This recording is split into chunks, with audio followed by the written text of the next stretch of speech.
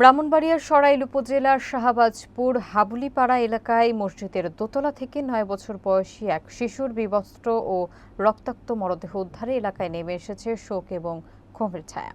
বিস্তারিত থাকছে শফিকুর রহমান শাহিনের প্রতিবেদনে। নিহত মেয়ে শিশুটির নাম ময়না আক্তার। সেই স্থানীয় একটি প্রাথমিক বিদ্যালয়ের ৫ম শ্রেণীর ছাত্রী এবং বাহরাইন প্রবাসী আব্দুর রাজ্জাকের মেয়ে। শনিবার বিকেলে নিখোঁজ হওয়ার পর অনেক খোঁজাখুঁজির পরে রবিবার সকালে স্থানীয় একটি মসজিদের দোতলায় তার মরদেহ পাওয়া যায়। তার শরীর বিবস্ত্র, কোমরের নিচে ছিল রক্তাক্ত ক্ষত এবং গলায় পায়জামা পেঁচানো ছিল। ঘটনাস্থলে পিবিআই ব্রাহ্মণবাড়িয়ার এসপি সচিন চাকমা, সরাইল থানার পুলিশ এবং অন্যান্য আইনশৃঙ্খলা বাহিনী উপস্থিত থেকে তদন্ত শুরু করে। ইতিমধ্যে মসজিদের ইমাম ও মুয়াজ্জিনকে আটক করা হয়েছে। মসজিদের পাশে একটি পাঠাগারের টয়লেটের দেওয়ালে পাওয়া গেছে রক্তমাখা হাতের ছাপ, যা তদন্তে গুরুত্বপূর্ণ সূত্র হতে পারে। স্থানীয়দের দাবি, এই নির্মম হত্যাকাণ্ডের দোষীদের দ্রুত শনাক্ত করে দৃষ্টান্তমূলক শাস্তি নিশ্চিত করা হোক।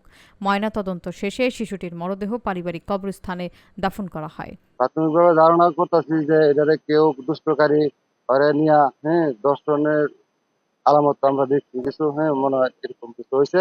এটা তো সুষ্ঠু তদন্ত আমরা চাই, সুষ্ঠু বিচার চাই।